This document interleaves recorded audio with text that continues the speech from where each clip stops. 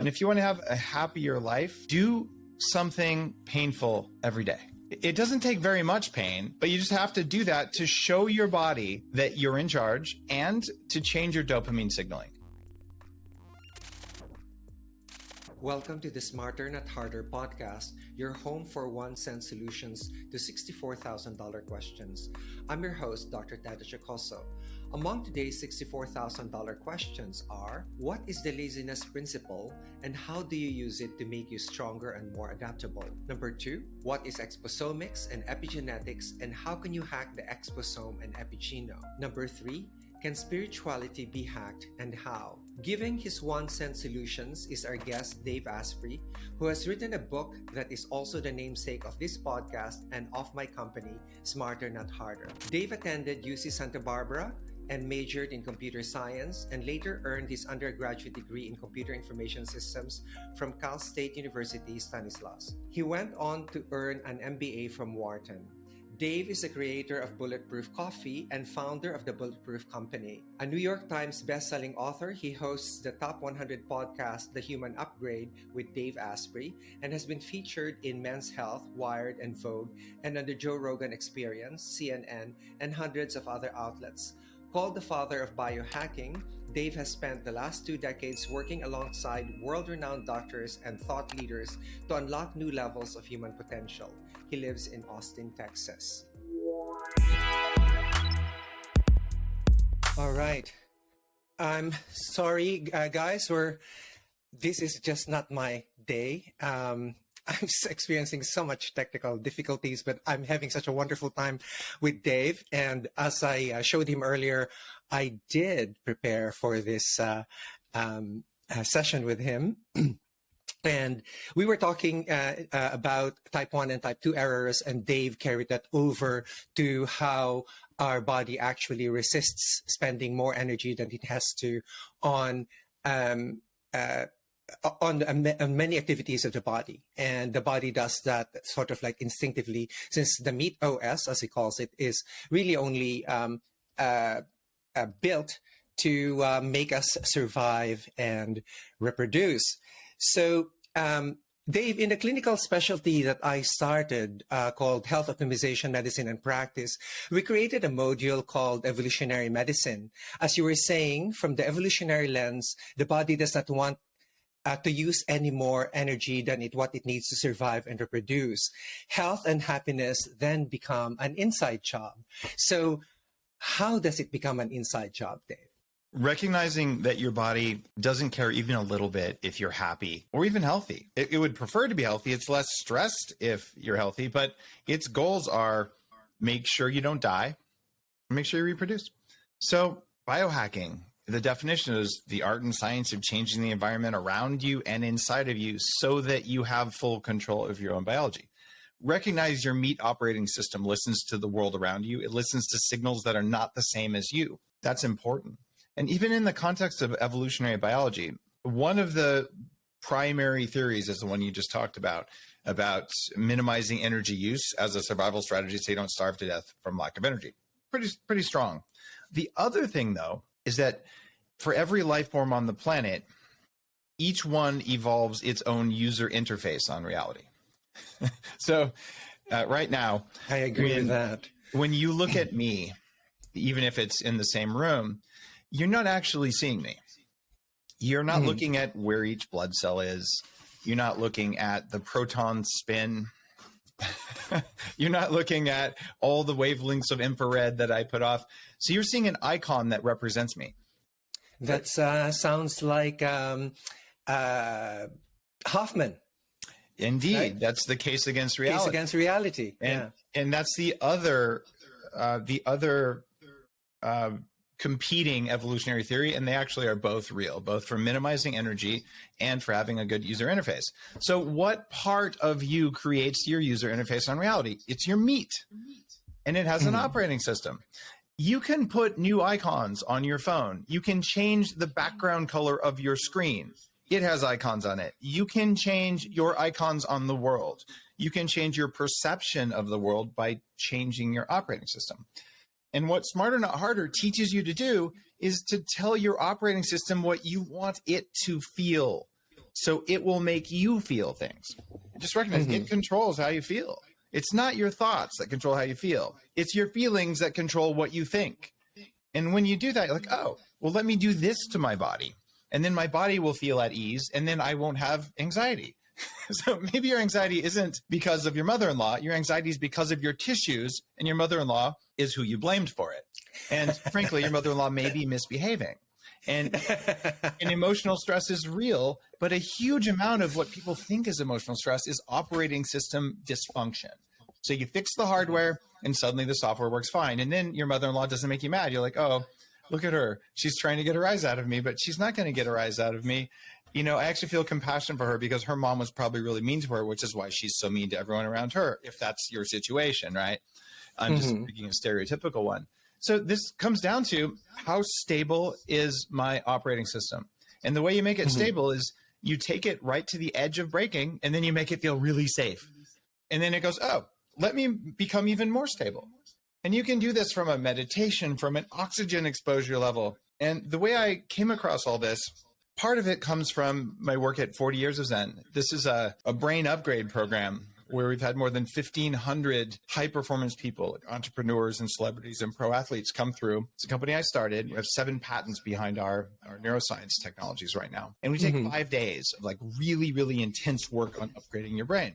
So you can sort of see what's going on when you get to go deep. And then I also opened Upgrade Labs in Santa Monica. Yeah. And at Upgrade You're crazy. Labs, because you have so much energy. Apparently, it's because I'm lazy. That's exactly it. And lazy and crazy. There you go. It's a good match.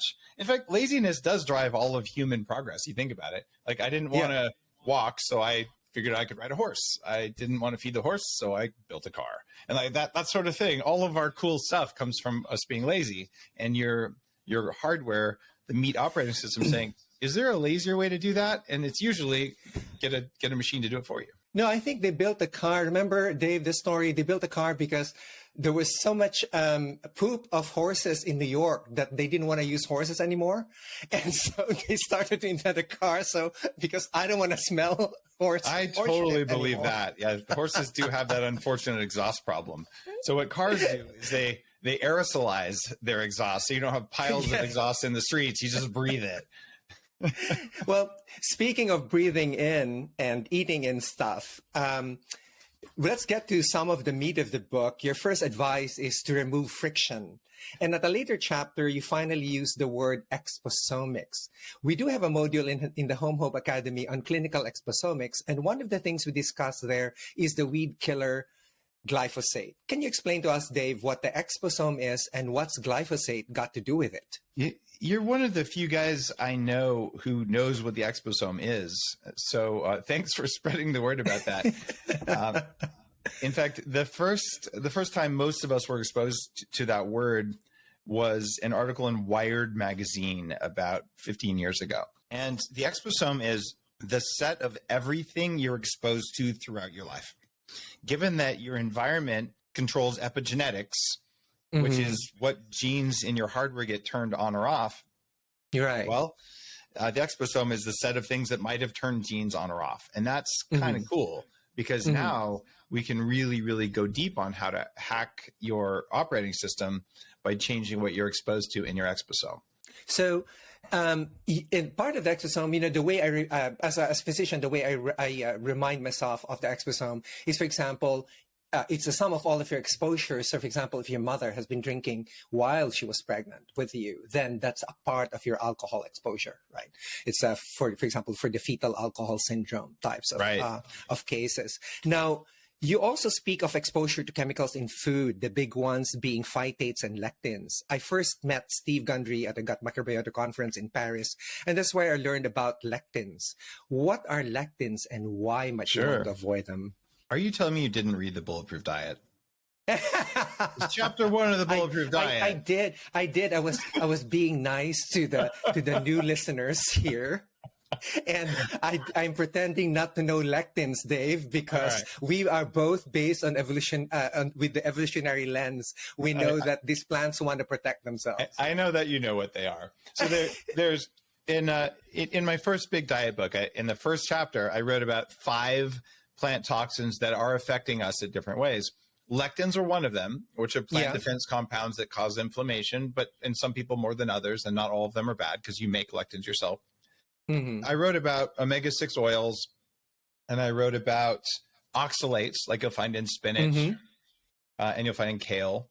And then I wrote about phytic acid, but I only wrote about it in the first chapter. Like, this is a problem, but phytic acid doesn't cause an immediate problem like oxalates, like spinach. You feel that that furriness on the back of your teeth because it has razor sharp crystals, and you can get sore joints the next day from it. Lectins, you feel either sugar cravings or inflammation. So these are short-term things you feel.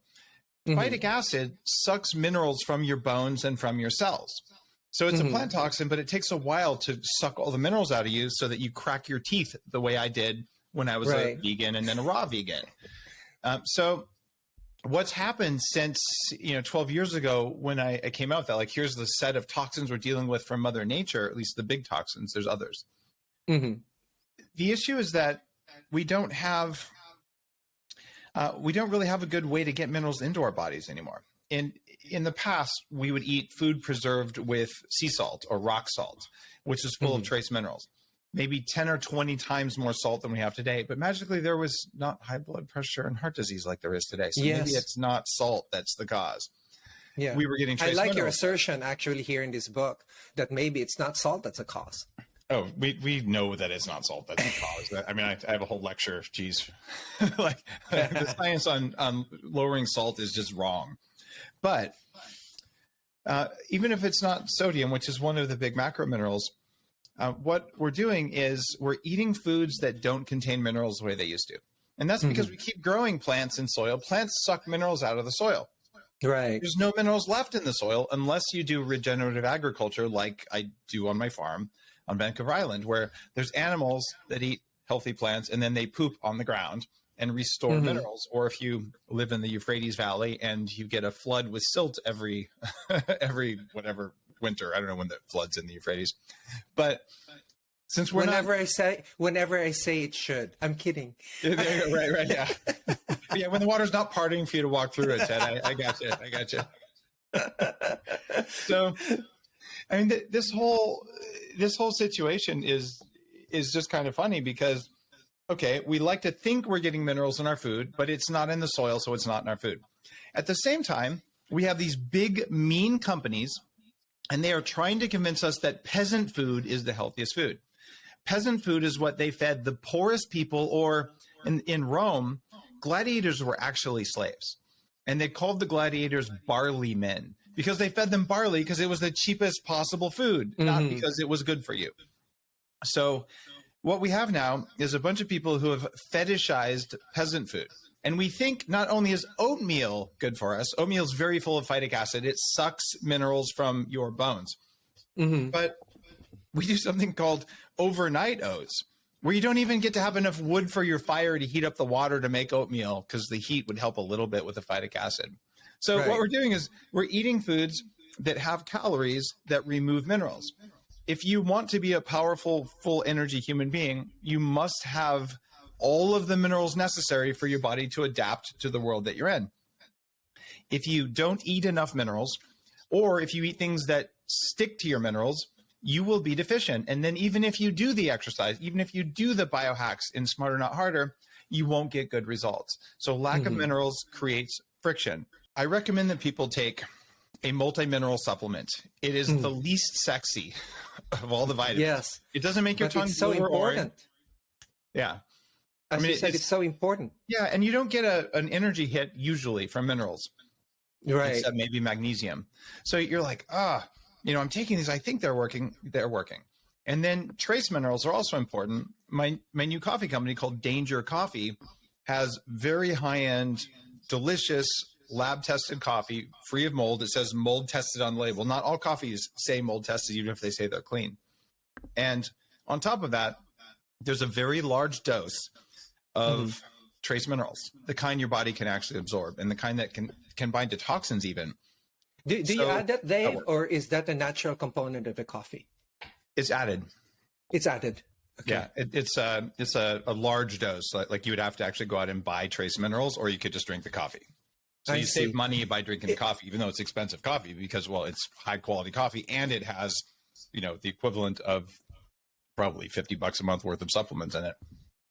Speaking of exposome in food, Dave, for the life of me, ever since a child, whenever I would eat tomato skins, I would get diarrhea, and people would not believe me, right? And tomato skins are super high in lectins. Right. And the nightshades, right? Yep. And people don't believe me, and they try to keep on feeding me all of these nightshades, and I said, no, I get diarrhea. You're lucky that's all you get, man. I grew up in New Mexico eating green chili. I used to eat habaneros just raw on top of omelets and things, but I had arthritis since I was 14, diagnosed by a doctor. And for me, nightshades do that. If I eat a sprinkling of cayenne, my joints are sore the next morning. I get GI issues, and you'll see it like in my skin quality in a little bit. And I'll go to a restaurant. Oh, it's not very spicy. Like, it's not that I don't like spice. I love spice. It's that if I eat a little bit of paprika or cayenne, it does this to me. Right. But for someone listening to this, you may not have the genes that make you sensitive to those lectins, and then cayenne is good for you. So it's not a good or bad. You have to throw that out. Is it compatible with me? Or is it kryptonite for me? It's personalized, as you emphasized in your book. You have to personalize your hacks for yourself. Now, your second advice after removing friction was to load up on raw materials, which you already touched on. And you were big on the fat-soluble vitamins, where your acronym is DAKE. Well, my acronym is ADEC, just because in med school they teach you to be alphabetical, right? So can we just have, a quick point-by-point discussion on vitamin D, for example, and cholecalciferol? Well, I feel like in the functional medicine world, in the biohacking world, vitamin D is something we've all talked about a lot. And most of the world now who's paying attention notice that vitamin D in studies for the last 20 years reduces your chances of getting respiratory infections of any type. It's so weird how that works, but all that information disappeared for 3 years on some social media platforms, but it's still true. So vitamin D has many pathways in the body where it helps us. And one of the most important ones is it helps to control how minerals are allocated in the body, especially calcium. So if you were to take your minerals and you're short on vitamin DAKE, D-A-K-N-E, then you're not going to get the minerals into the cells, even if they're present. So the two supplements everyone needs to take, whether or not you're doing some kind of fancy nootropic, whether or not you're doing even the awesome stuff that you make at transcriptions. If you don't have your minerals, I agree, and you don't have vitamin DAKE, you won't make as good of a use of a transcription lozenge. Right? So you got to have these as foundational elements. So vitamin D is awesome, but if you take D without vitamin K2, then you'll have calcification in tissues where you don't want it. So K2 is going to put the calcium into the bones, and D is going to keep it there, right? And they actually both do that. And vitamin A works in opposition to vitamin D. But if you don't have vitamin A, you won't have other things like zinc where they're supposed to go. And even vitamin E controls some of the deposition of iodine in the body. So what you realize is these fat-soluble vitamins that come from animals, they don't come from plants. Plant-based vitamin A is actually not vitamin A. It's a cheap substitute food companies are trying to give you. You mean beta-carotene from carrots? It doesn't convert to retinol at a meaningful ratio. You need retinol. So you take vitamin D3, which is cholecalciferol. You take vitamin A in the form of retinol, not fake vitamin A, just like you eat meat instead of fake meat, because fake meat isn't food. And then you take your vitamin K2 and maybe a little K1. There's some evidence for K1, but K2 is most important. K1 comes from kale along with the load of anti-nutrients. But K2 comes from, dairy. Grass-fed dairy. Who would have thought? That comes from animals, doesn't it? And it can come from eating animals themselves too at smaller amounts. And then vitamin E, you get some of that in plants for sure, but you get better quality from animals. And you like mixed tocopherols, right? The one with like the delta and gamma tocopherols instead of just and tocotrienols, especially. Tocotrienols, right. Yeah, and so the stuff from annatto is probably the most powerful. I have a story for you. I think you already know this, but the guy who trained me in medical informatics was the guy who actually pioneered medical informatics throughout the world, and he was in a TB sanatorium. He was not treated for TB tuberculosis, and the treatment was to bring them out in sunlight, right? Actual fresh air. And and it worked, he got healed from it. And the two things actually came out of that. After they started, someone had the bright idea of putting them out in the sun, but with glass in front. And so the glass actually bounced the UVB responsible for the formation of vitamin D, right? And it was found also that vitamin D actually creates antimycobacterial called cathelicidin, and actually kills the Mycobacterium tuberculosis. And that was the cycle there. But someone's bright idea of putting patients out in glass in sunlight actually just totally and fortuitously backfired on all of us. Then for vitamin A, I also would like to add, Dave, and you know this, that the receptor for vitamin D is called the retinoid X receptor, and it's actually a vitamin A component. So, these are the things that geeks like us know. It's harder to impart it to the public, but when I'm seeing with my own patients and clients, I just had one yesterday, for example, that had a deficiency of vitamin A for 10,000 IU daily needed to be substituted. These are new types of deficiencies that I'm seeing now that are very high. A used to be very low incidences for me, but I'm now seeing D is actually you recommend 70 to 90 nanograms, right? Yeah. I see this, and I can tell you this in my practice, is that once I am able to hit 60 with my patients or my clients, their diseases seem secondary, and I am not saying that to promote it, but I'm saying that as an observation. It's like, even if they have heart disease, it's like you really see how important this vitamin is, and DAIC, of course, functions as a network. It's funny because so many people are spending all this money on drugs, and they're going to the gym, they're sweating all over each other, and they have low vitamin D and like low vitamin A, and all that work doesn't pay off. If you don't have that. It's sort of like saying, I'm going to build a house. I got the hammer, I've got the wood, I've got the saw, but I didn't buy any nails. Right. You're going to kind of have to have all this for it to work. So Smarter Not Harder, I just want people to know the things that matter the most, because I think your time and your energy are the most precious thing you have. So I don't want you wasting it doing stuff that barely works. And I don't want you doing something that does work but not getting results because you didn't have the basics. And I mean, you and I have both formulated cognitive enhancing substances and testosterone enhancers, all these cool, sexy, like interesting supplements with herbs from all over the world. And that's fun. But vitamin DAIC, trace mineral, vitamin DAIC and minerals is unsexy, right? Yeah. I almost didn't want to write a book about them because it's hard to market those. But look, that's what matters. And just do that first. And then take your cool, I made out with a Smurf transcriptions thing, later. But you do that. Give me the evidence of the blue underwear later.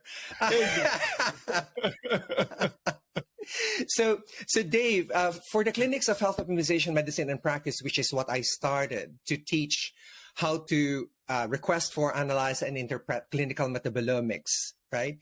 The tests include metabolites of glucose metabolism, such as those found in your mitochondria. Tell me, why are mitochondria, or why is bioenergetics a central actor in your book? Well, the things that make up your meat operating system are primarily mitochondria. So in my model of biology, because I am a computer science and distributed systems guy, and I have a degree in part of the field of AI. So like I think about large numbers of small computers. And each cell itself is a computer. And inside of it, each mitochondria is a computer. They're environmental sensors, computers, and the computer makes a decision. They're kind of dumb computers. And the decision it makes can be to make electricity, to make inflammation, to make sex hormones, to fold proteins, to make serotonin, to make melatonin, to make useful stuff in the body. And we know it's a collective consciousness because we know how they signal with each other. It's via something called quorum sensing. This is how mitochondria all vote with each other to decide what reality looks like. And they use algorithms that are almost identical to the cutting edge crypto algorithms that we use to establish trust. And I interviewed Lehman Baird from Carnegie Mellon about that on my show. And so it's really interesting. Our biology is so incredibly efficient that our most efficient technology systems are now starting to mirror the algorithms inside our body. And it's really fascinating to a nerd like me and a nerd like you. But mitochondria are central because they're the first line observers of reality, and they make a decision a third of a second before you get to see the results. Right. And that's why in Smarter Not Harder, most of what we're doing here is we're modifying your exposome so that your mitochondria will change their behavior, which then changes how you feel, and it changes your behavior. And thank you now for really, really helping me push out the term exposome because it's such an elegant word. I love that word. Yeah. Yeah. One of the things, Dave, that we test also in clinical metabolomics are, essential amino acids, remember the mnemonic private Matt Hill, and then omega 369 levels, which you also explain in the book. Can you explain what omega-6 fatty acids are and why are they a double-edged sword? Well, omega-6 fatty acids are a type of fat that has many locations where oxygen could stick. That's what polyunsaturated means. That means poly means many, and unsaturated, anywhere an oxygen sticks to it, it'll become oxidized and thus inflammatory. Your body needs some omega-6 fats, unquestionably. So that you can say they're essential, but maybe 1 or 2%. Grass-fed meat is 1.6% omega-6 fat. You will never run out of omega-6 fat on a normal diet. If you're on a zero-fat diet or doing some weird diet where you only have chemically extracted fat or something, but we don't have to worry about running out of omega-6s. The problem is that they're unstable in light. They're unstable in heat and in air. So when you go to a restaurant, they are using omega-6 fats. We replaced the saturated fats. Saturated fats don't break down in heat and light very well at all. So they're very stable and our body loves them. In fact, they're pro-metabolic. Omega-6 fats are things that are pro hibernation. They actually slow your metabolism. That's what bears eat a lot of is omega-6 and even omega-3s in excess. So they can get really fat and then their metabolism slows down for winter. If you're I remember we have a term for them, Dave. We have a term for them, what you just said. They are lardaceous fats. Lardaceous. I love that word. I'm going to start using it. I'm just going to walk up to people and go, you're looking lardaceous today. Yes, exactly. The French fries are lardaceous.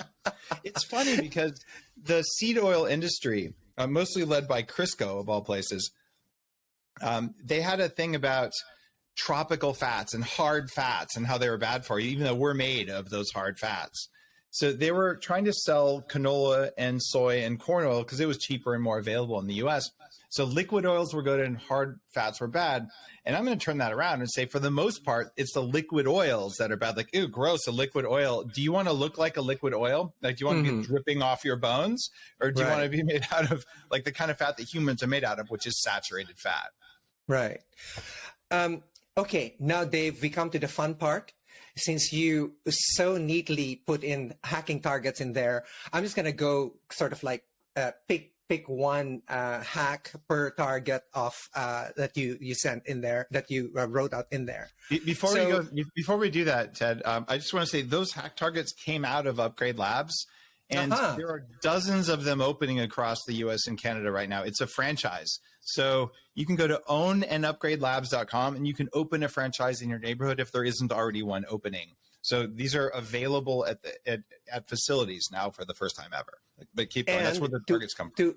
To augment that, Dave's hacks per target is quite comprehensive, so I encourage you to actually get his book.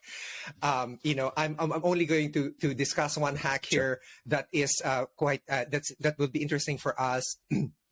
For the target is strength and cardiovascular fitness. You say in your book, and I quote, "Steady state cardio is stupid and probably counterproductive at high levels." I love that statement. The first hack I chose here is a mid-level hack called Rehit. Can you explain this to us briefly? Sure.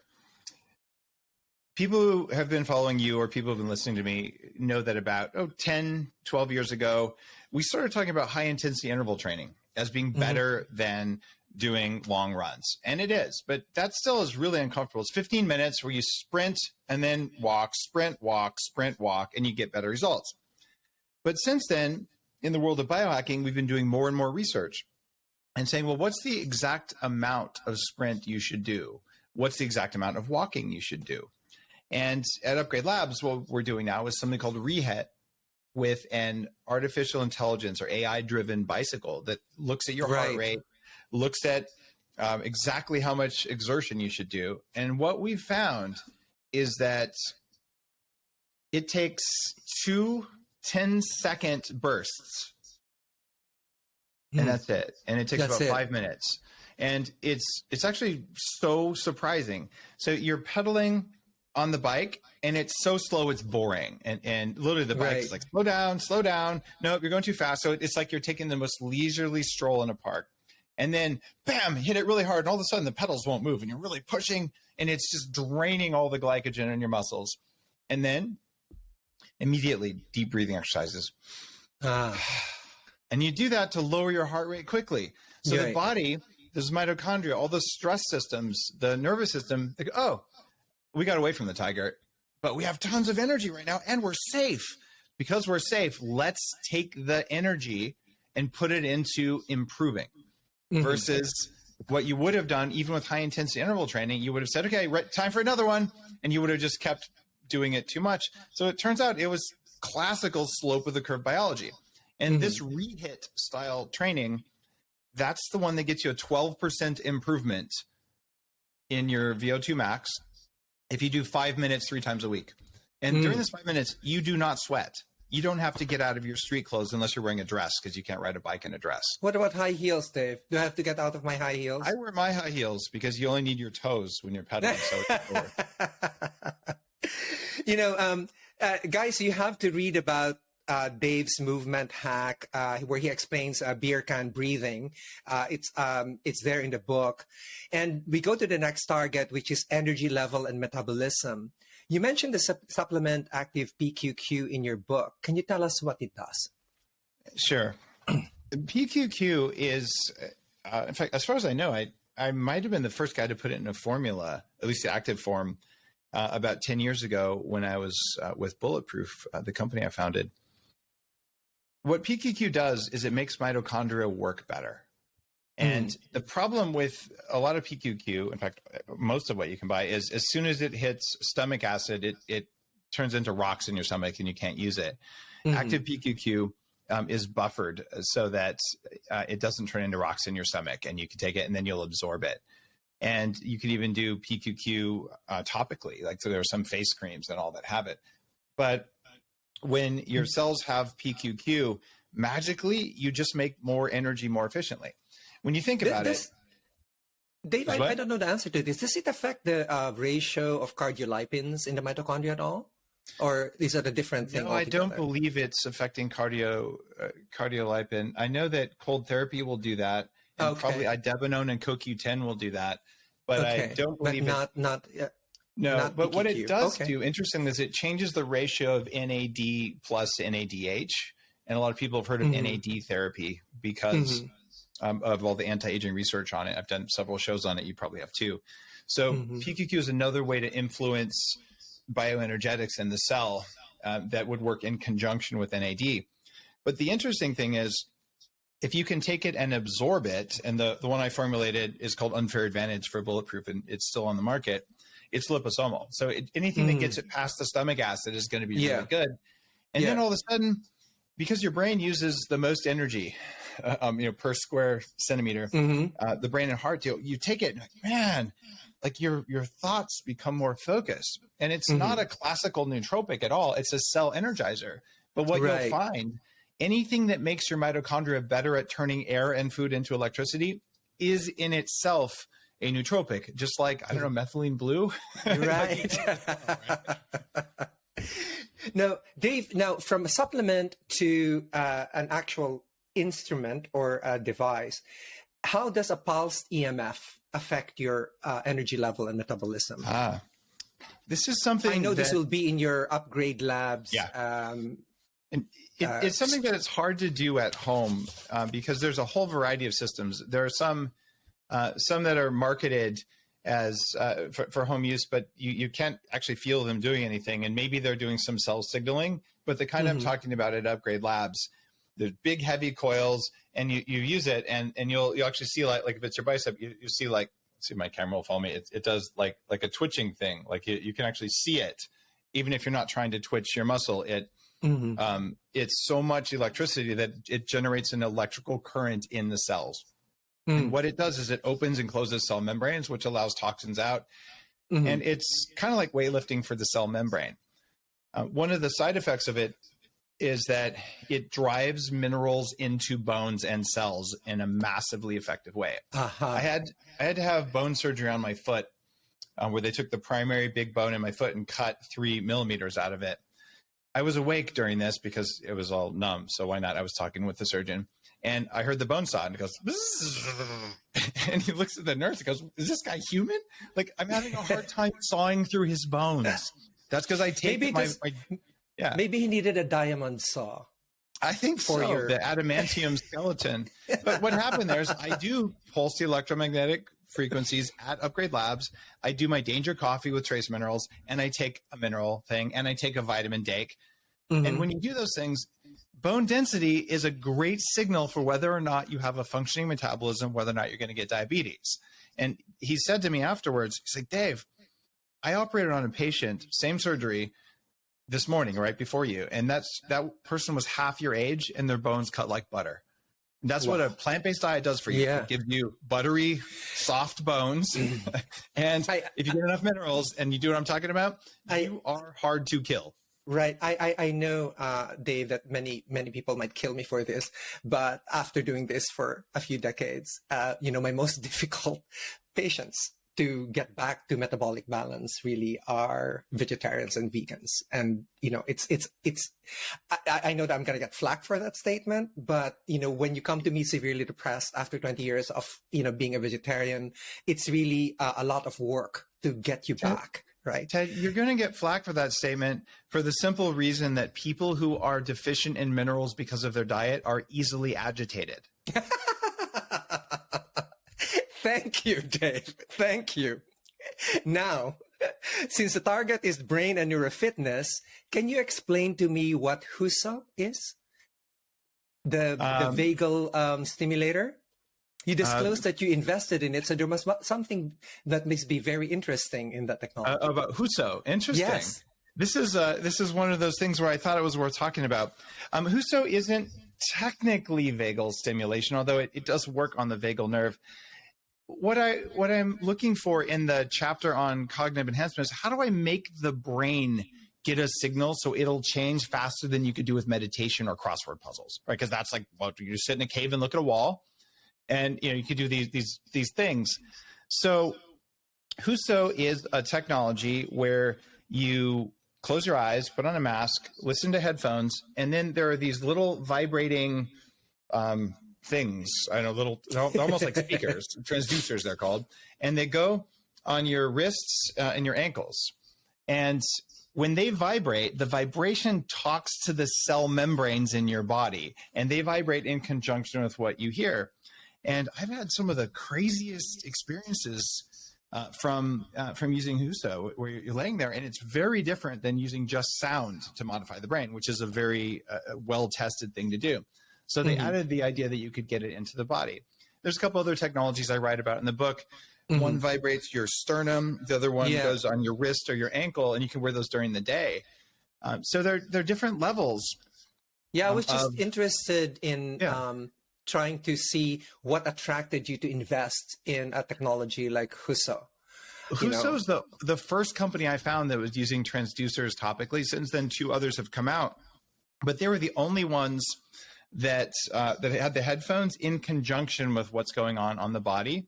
And they sent me their alpha level prototype where I had like a bunch of wires and a Rolls amplifier, like the non-commercialized product. And I'm pretty skeptical, but I test everything.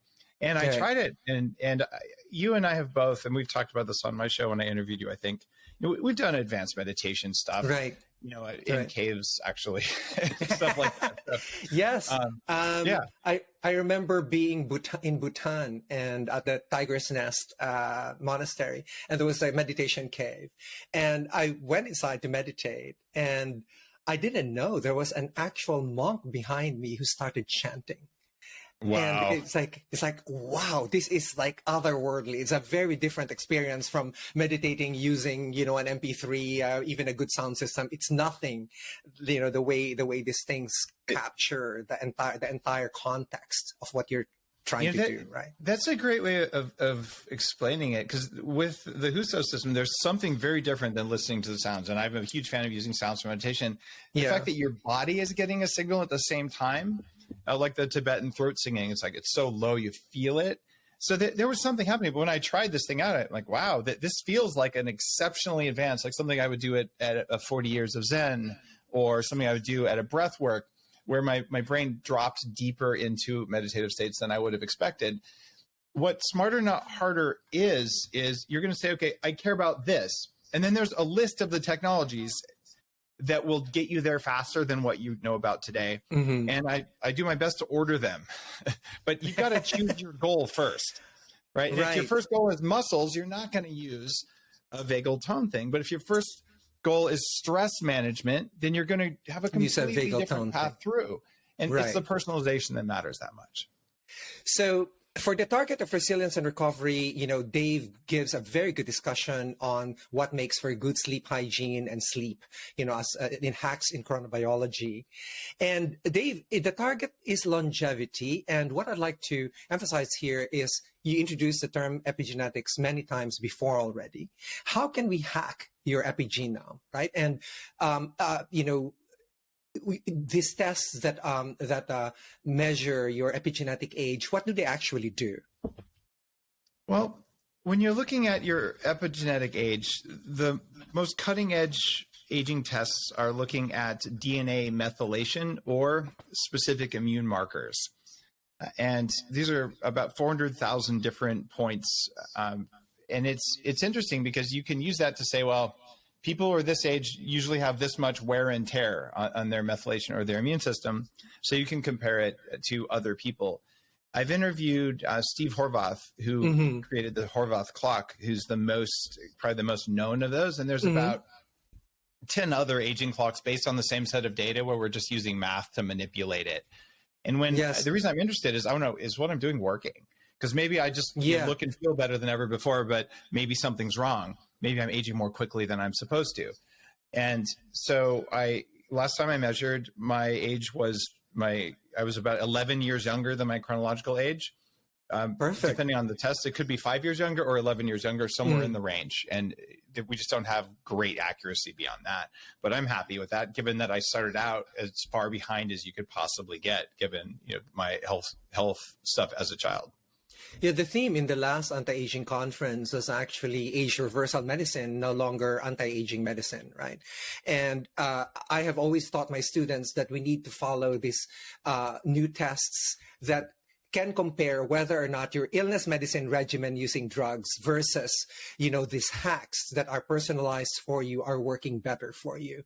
So you could hold, each person who is responsible for doing this, you could hold their feet to the candle and say, well, this thing is actually making me older and making my systems break down. And that's, that for me is like one of the values of having an epigenetic test. However, Dave, tell me, why don't they want to release the grim age clock? They don't want me to know when I'll get my first cancer.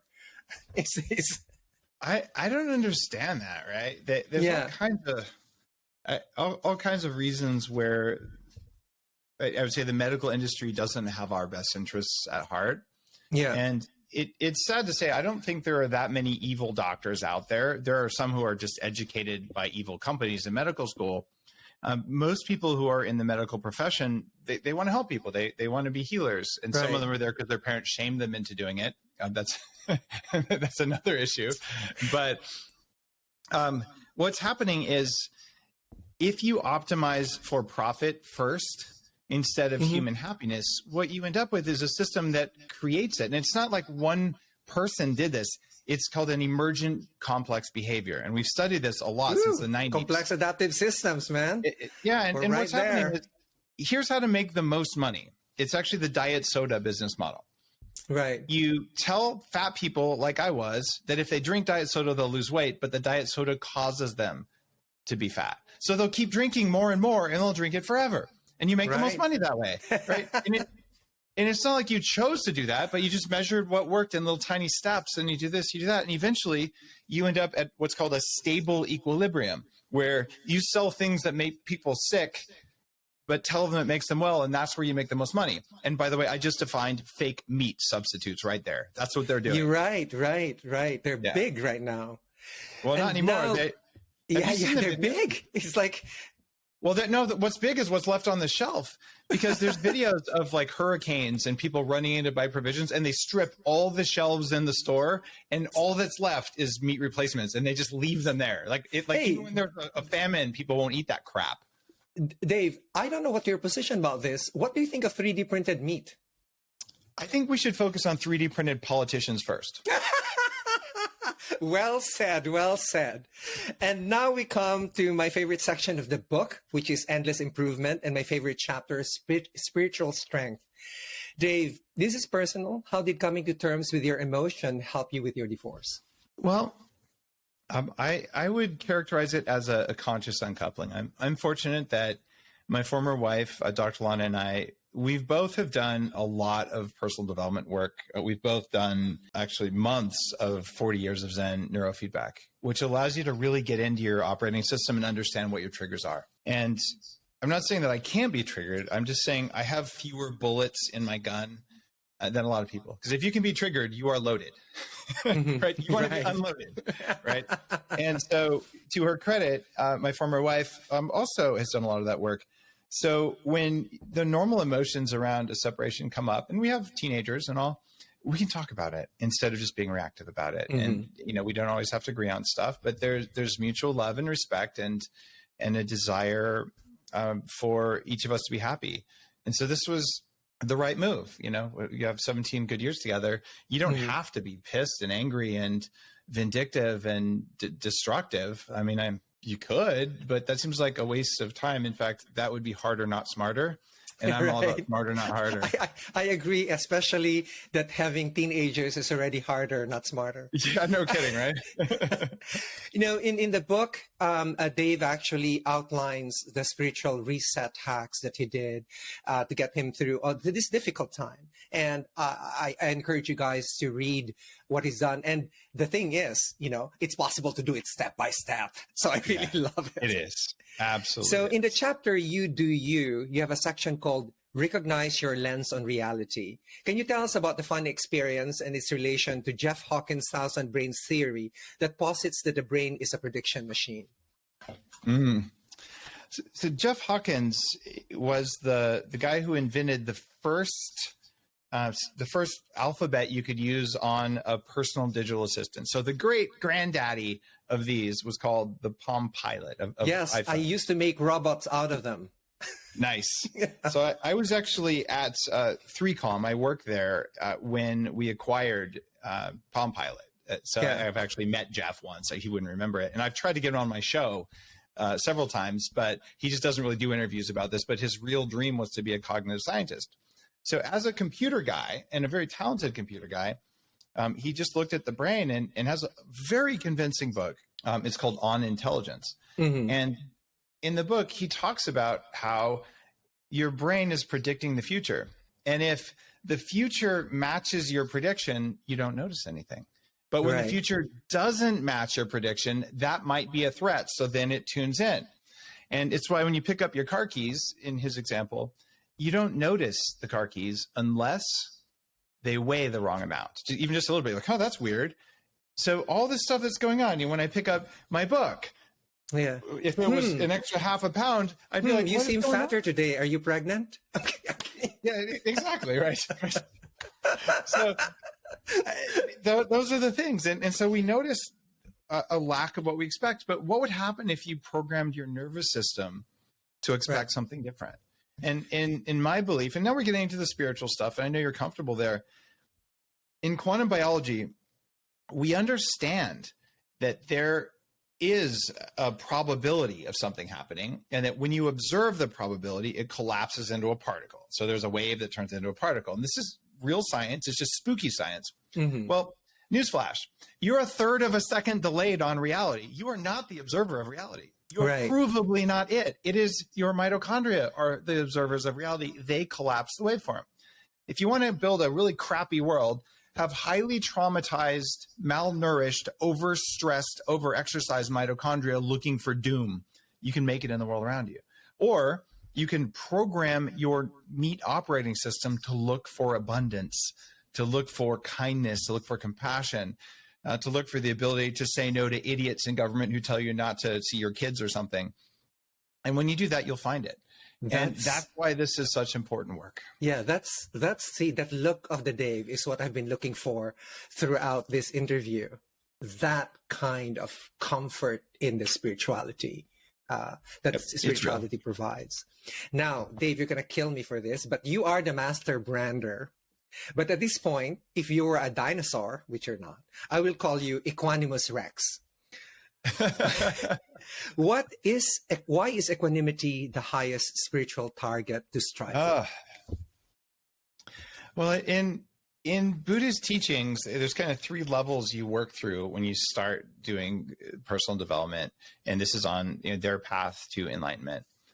And the first step is empathy, right? Okay, I can feel someone else's pain, because if you don't have empathy, you're probably the one holding the baton.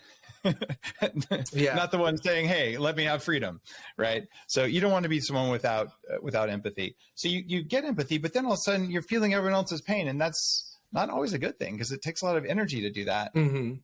But it's better than not being able to feel others' emotions. So then you work from there into compassion. And compassion is a higher level, and compassion is where you automatically wish well for others instead of wishing harm on them.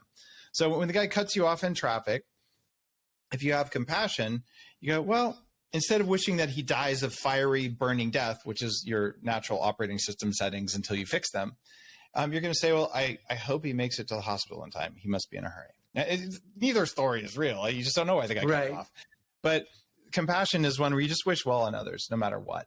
And that's hard to do, especially to do it automatically without having to choose to. And it's a practice. And eventually you can get compassion turned on most of the time.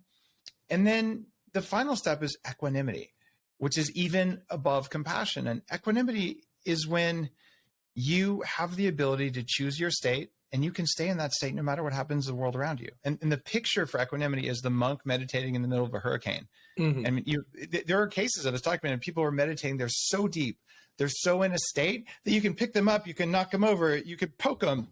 They will not come out because they are there until they're done. Right. And I don't know how to do that, but I'm working on it. It's actually quite interesting because we're both steeped in these types of teachings and traditions, and we know that it's love, compassion, sympathetic joy, and equanimity. Right? In Christianity, it's like the greatest of this is love, and in Buddhism, the greatest of this is equanimity, and it's really how not to suffer. Right? So, last question. Please give us 3 of your top smarter, not harder hacks to live a happy life. Oh, man, to live a happy life. All right. I'm going to go to as foundational as possible. So if you can do something that takes a very small amount of work and pays returns across everything you're doing, those are going to score higher on this. So the first one is the combination of minerals, trace minerals and vitamin D. And I'll do a shout out for Danger Coffee there to get your trace minerals, but you don't have to do that. But if you just do those, you'll be happier. You'll be able to make neurotransmitters. Like everything in life is easier if you have those. And if you don't have those, everything feels harder than it is. Okay, you have to do that, I think, as a basic, even no matter what you eat. That's just what you do. That's a non-negotiable for that. And if you want to have a happier life, the other one would be do something painful every day. It doesn't take very much pain, but you just have to do that to show your body that you're in charge and to change your dopamine signaling. Which includes saying I love you to someone you really hate, right? Yeah, I think that's totally painful. That would probably count. Yeah, I haven't thought of it, but I think it would. But cold therapy is probably your best bet. I'm not saying you have to do cold therapy. I'm just saying jumping in a cold tub is painful enough to make your dopamine signaling work better all day. But it could be anything else that's brief and difficult. And yeah, probably saying I love you to someone who's really wronged you, that would probably do it. I don't know if that creates physical pain versus emotional pain. Hard to say. And the final one, and I'd love to, there's all kinds of spiritual stuff that we could talk about, but those are actually higher level things. And until you do the lower level things, the higher level things are very hard to do. And I'm just going to say, learn how to get a good night's sleep. I thought you were going to say take psychedelics, but a good night's sleep would do. I would. Can we have a quick psychedelic side note? Sure, absolutely. I was just mindful of your time. Here. I am running out of time, but this is important. So many people are saying, I'm going to go do ayahuasca. And I actually think that's a terrible idea, especially in the context of a lot of people who are not properly trained shamans who are administering it. It's probably the most dangerous of the psychedelics in terms of spiritual risk. What I would say is before you do that, you need to learn how to do EMDR, which you do with a therapist to resolve trauma. EMDR. After that, you should learn breath work, like holotropic breath work, the kind that does things like drugs without the drugs. After that, you should learn either tantric sex or BDSM, because those are things I'm an expert in both. You what? I'm an expert in both. There you go. Me too. I'm a ninja. No. But I'm serious, because those are things that will put you in those same altered states where you can interact with your operating system. 20% of people experience what they would call a spiritual experience of the divine during orgasm. They just look like they're laying there flopping like a fish, but that doesn't mean they didn't meet God. So that's where you do the editing of your operating system. So you can do those things before you take any drugs. And then you would start with the ones that are better understood, like ketamine with medical supervision, then MDMA, and then GHB, right? And then maybe mushrooms, then maybe LSD, and then maybe ayahuasca. But if you have to do it 50 times, it's not working. I have done ayahuasca twice in my life, in 23 years apart, and I did it with exceptionally well-qualified people, but it's not a party drug. So I don't want people going to psychedelics first. They can be powerful. Do that other stuff in order. Try EMDR, try holotropic breathing. Those are things that are going to get rid of a large number of things. And if you feel like you need more, you'll have a much better experience on the plant medicines. I hope this message gets through where you are, because it's psychedelic Austin where you moved, There's a reason I moved to Austin. I mean, so guys, Dave Asprey's book is dropping into your readers and in the stores on February 28th. Right. Yep. And again, the title is Smarter, Not Harder, The Biohacker's Guide to Getting the Body and the Mind You Want.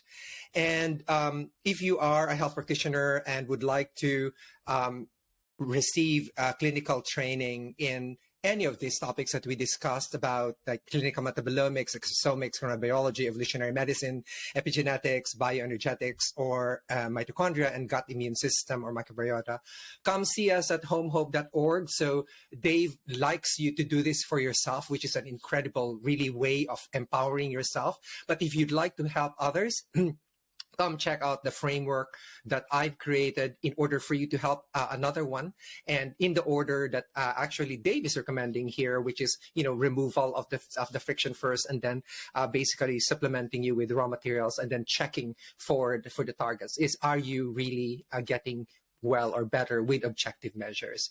And with Smarter Not Harder, Dave has given you the keys to having actually a smarter, not harder life. And I would like to remind people that Smarter Not Harder, my company, is not a condom company. Thank you so much, Dave. That is good. It's not a condom company. Thank you, Ted. I appreciate your work. You do a lot of things that I think people don't necessarily see, but I see it, and you're doing great work in the world. So thank you. And so do you, Dave. And thank you for your latest contribution to the world of health. You got it. In this episode, I mapped Dave's Smarter Not Harder hacks into the 7 pillars of health optimization, medicine, and practice, the first and only multi-omics clinical specialty that defines and delivers the standard of care in health, not disease. These pillars are clinical metabolomics, bioenergetics or mitochondria, gut immune system or microbiota, clinical exposomics, chronobiology, evolutionary medicine, and epigenetics. If you want to hack your own health in a smarter, not harder way, read and apply Dave's book in your daily life. If you want to help others hack their health in a smarter, not harder way, and you are a physician or a non-physician healthcare practitioner, come and receive formal training for clinical practice at homehope.org.